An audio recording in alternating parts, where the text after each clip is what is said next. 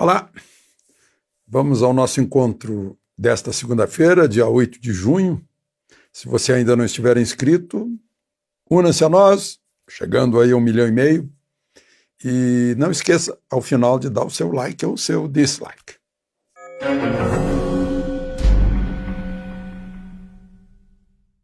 Então, a primeira coisa que eu queria falar hoje é sobre uma liminar dada pelo ministro Fachin, ministro do Supremo, a um pedido do Partido Socialista Brasileiro, de que a polícia não pode fazer operações lá no Rio de Janeiro, nos morros, nas favelas, nas comunidades, enfim. E aconteceu no sábado que a polícia entrou atrás de assaltante, teve troca de tiros e tal, e aí grandes protestos. Onde é que se viu a polícia correr atrás de assaltante, né? O governo do Rio de Janeiro explicou que não tinha recebido ainda a informação oficial, né? Será que vai parar assim, como nos filmes que a gente vê, o sujeito foge para o México, lá dos Estados Unidos, aí para na fronteira, não pode entrar, né? Teve gente lembrando do tempo de Brizola, que haveria um acordo. Eu não acredito. Eu conheci Brizola, né? E eu acho que ele não faria. Mas até lá o tráfico, né? E uma certa forma de convivência, né? Que envolve dar de tudo, né? A gente vê aí política no meio disso. Não sei por que razão houve esse pedido do Partido Socialista Brasileiro, mas é um absurdo, né? Eu não li a liminar, mas parece que tem lá, salvo em casos excepcionais. Isso é um caso excepcional, está perseguindo bandido, né? Não vai fazer batidas rotineiras, né? Mas se está perseguindo bandido, e a perseguição significa manter o flagrante, né? Aí é incrível. Bom, e uma outra questão, quantidade, milhares de presos, de condenados que foram soltos por causa da Covid. Está dando de tudo, esse coronavírus serve para tudo, né?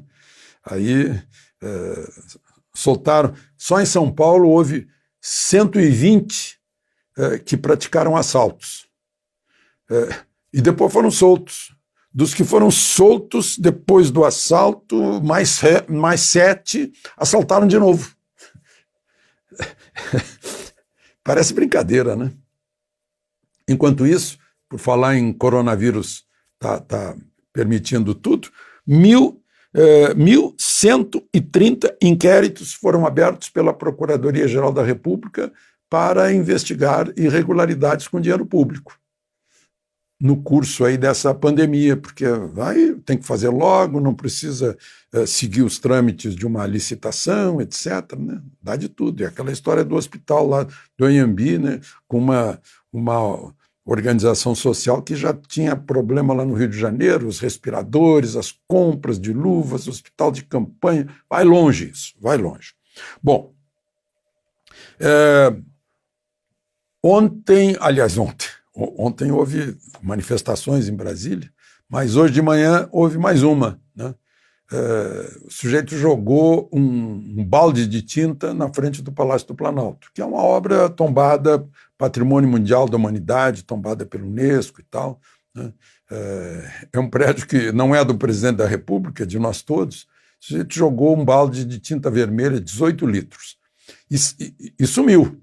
Sabe o que aconteceu depois? Ele voltou todo sujo de tinta vermelha para chamar atenção, esse era o objetivo, e fazer manifestações, genocídio, lá. Ele nunca leu a decisão do Supremo que quem trata dessas questões aí de quarentena são os governadores e prefeitos, aliás, muito justo, por sinal, né? Mas aí foi lá para aparecer, aí foi preso. Tem uma coisa que a gente sempre fez no jornalismo, né? Quando são coisas ruins, a gente não dá difusão, né? O objetivo desse sujeito qual era? Era aparecer, e aí a gente vai e mostra a foto dele, né? O pichador, o objetivo dele é que a pichação dele saia no jornal, e estão fotografando a pichação para sair no jornal, né? Assim como casos de suicídio que a gente não dá. Já me aconteceu em tempos da TV Manchete. A gente mostrou um caso de suicídio na torre lá de Fortaleza, né? Eu reclamei, eu liguei para o Rio e disse, mas não podemos fazer isso, né? Amanhã vai ter outro para aparecer na televisão. Não é que aconteceu? Aconteceu.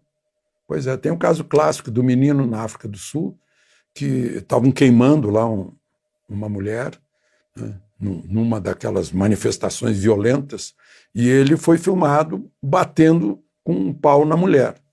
Ele foi preso. Aí o juiz perguntou para ele. Ele não conhecia a mulher, não sabia por que estavam queimando, mas viu que tinha televisão lá, ele queria aparecer na televisão. Bom, aqui em Brasília, eu mencionei ontem o caso da deputada em quem eu votei, que estava com suspeita de Covid-19, na verdade ela está com dengue. Vocês sabem quantos casos tem de dengue aqui em Brasília neste ano? O dobro de Covid. Mais do que o dobro, mais um pouco. Covid está com quase 17 mil casos e dengue está com 35 mil casos. Dengue. Por falar em dengue, eu não vou fazer propaganda nenhuma, não estou recomendando, só vou contar para vocês aí que a gente é amigo, né? Eu tomei hoje, depois do almoço, isso aqui. Ivermectina. É um genérico. Tomei preventivamente. Dose profilática. Supostamente para durar 6 meses. Isso está servindo para chikungunya. Tem estudos desde 2016. Na verdade, é um medicamento que existe desde 1970. Não tem contraindicação, né? E está pesquisado na Austrália, na Finlândia e aqui no Brasil. E agora vão pesquisar com 900 pessoas, aquela história do duplo cego, randomizado e tal, para ver o resultado em relação à dengue. Porque, vejam só, salvou a vida chikungunya, né? Chikungunya. Não é para chikungunya, isso aqui é para verme, né? Para sarna, para piolho, coisas assim, né? Uma menina já estava à beira da morte, com 5 dias de tratamento disso aí, em Fortaleza, resolveu. Eu estou falando em relatórios médicos que estão envolvidos nisso. Por isso que eu tomei, porque é recomendação de médico. Em Recife, um sanatório, um hospital psiquiátrico, com 88 pacientes, que sempre tomavam isso aqui preventivamente para piolho e sarna. Pois olha, descobriram, por observações de 2 anos, que nenhum pegou chikungunya, enquanto os médicos, a vizinhança, os parentes, as enfermeiras foram inoculadas com chikungunya. E como chikungunya é mais forte, mais violento que o coronavírus, aí a esperança é que isole o coronavírus. Eu estou participando, então, desse teste. Todo mundo aqui em casa tomou, né? Todo mundo que trabalha comigo está tomando, né? Tomei hoje ao meio-dia, não tem nenhuma reação adversa, mas estou só falando nisso, só contando, né? Não estou fazendo nenhuma propaganda, nenhuma recomendação, nada, só porque está todo mundo assim, né? Como é que eu faço? Eu fiz isso. Bom, a Nova Zelândia zerou, não tem mais nenhum caso, zero, né? Como se sabe, Nova Zelândia é uma ilha do norte e ilha do sul, são mais de uma ilha, e fechou a fronteira e resolveu. Aí no Uruguai, eu falei ontem no rádio, não falei aqui nessa nossa conversa, o Uruguai está com 7 mortes por 1 milhão de habitantes, 7. E teve um total, números absolutos, de 23 mortes. Só tem 82 casos hoje. O que fez o Uruguai? Só fechou as escolas e a fronteira. Só. Vida normal, com responsabilidade. Mantenham-se com respeito às pessoas mais sensíveis, né? Quem tiver contaminado que fique em casa, né? Teve uns 1.000 casos por aí, 800 e poucos. Resolveu também, né? Hoje só tem 82 casos, e principalmente na grande Montevidéu, departamento de Montevidéu e departamento de Canelones, e Rivera, que fica onde nasceu meu pai, que fica na fronteira com o Brasil, né? Provavelmente porque Rivera e Livramento não tem como fechar, né? Tem uma rua, metade da rua é Uruguai, metade da rua é Brasil. Bom, e para encerrar, uma boa notícia, porque eu falei aqui de hospitais, Santa Casa, com dificuldades, 30 milhões de prejuízo por mês, né? Porque não há mais cirurgias eletivas, as pessoas estão ficando em casa com medo de ir para o hospital, estão agravando seus estados quando há necessidade de alguma cirurgia, né? Estão retardando, postergando cirurgias necessárias, piorando a situação. O cardiologista me disse que está preocupado com surto de infartos, né?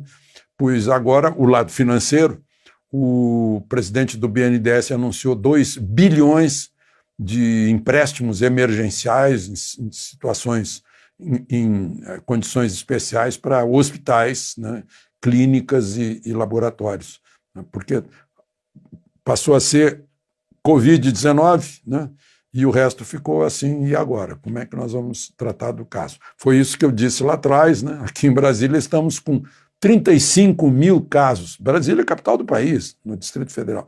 35 mil casos de dengue, né, e quase 17 mil casos de Covid-19. E o pior é que se centralizam na cidade mais populosa do Distrito Federal, que é a Ceilândia. Ceilândia está sob condições especiais nesse momento por decreto do governador. De Brasília, Alexandre Garcia.